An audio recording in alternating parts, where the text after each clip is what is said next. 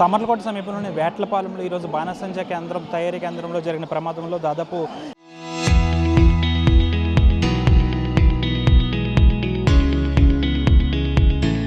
20 మంది అయితే మృత్యువాత పడ్డారు. అయితే మిగిలిన మరొక 9 మంది పరిస్థితి కూడా విషమంగా ఉన్నట్టయితే ఇక్కడ వైద్య అధికారులు అయితే చెప్తున్నారు. అయితే దీనికి సంబంధించి అసలు ఎవరు మృత్యువాత పడ్డారనే దానిపై కూడా బంధువులు అయితే ఆందోళన వ్యక్తం చేస్తున్నారు. అసలు తమ వారు అంటే పనికి వెళ్ళిన వారు అంటే దాదాపు చాలామంది ఇదే కుటుంబ పోషణగా ఎన్నో ఏళ్ళుగా జీవనాధారం గడుపుతున్నారు. అయితే తమ వాళ్ళు అసలు ఎవరు చనిపోయారు లేకపోతే అసలు ఎవరు చికిత్స పొందుతున్నారో దానిపై అయితే స్పష్టత అనేది లేదు.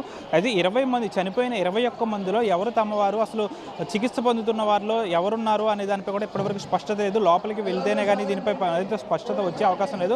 అయితే మృతులకు సంబంధించి మొహాలకు కూడా తీవ్రమైన గాయాలు పాలవడంతో వారిని గుర్తించే పరిస్థితి కూడా లేదంటూ కూడా ఇక్కడ వైద్యాధికారులు చెప్తున్న పరిస్థితి నెలకొంది. మరి కాసేపట్లో సీఎం చంద్రబాబు నాయుడు మరియు డిప్యూటీ సీఎం పవన్ కళ్యాణ్ కూడా ఇద్దరు కూడా హాస్పిటల్ వద్దకు కాకినాడ జీజీహెచ్కి వద్దకు రానున్నారు. అయితే మృతులకు సంబంధించిన బాధితుల ఆర్తనాదాలు అయితే మిన్నంటాయని చెప్పాలి. పెద్ద ఎత్తున మృతుల కుటుంబ సభ్యులు ఇక్కడికి చేరుకుని ఆందోళన వ్యక్తం చేస్తున్న పరిస్థితి కూడా నెలకొంది.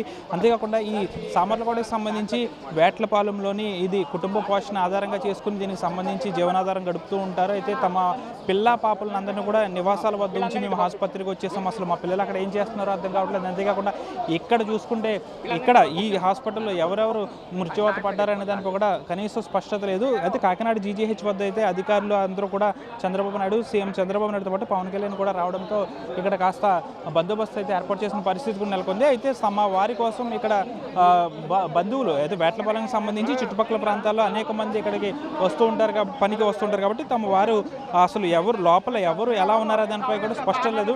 తమ పనికి వెళ్ళిన వారిలో మా వారు అదే లేకపోతే తమ కుటుంబ సభ్యుల్లో ఫలానా వ్యక్తి బాగున్నారు లోపల అనే దానిపై కూడా ఎవరికి స్పష్టత లేకపోవడంతో బంధువులందరూ కూడా ఆందోళన వ్యక్తం చేస్తున్నారు. ఇక్కడికి మరి కాసేపట్లో సీఎం చంద్రబాబు నాయుడు రానున్న నేపథ్యంలో డిప్యూటీ సీఎం పవన్ కళ్యాణ్ కూడా రానున్న నేపథ్యంలో ఇక్కడ అధికారులందరూ అప్రమత్తమయ్యారు.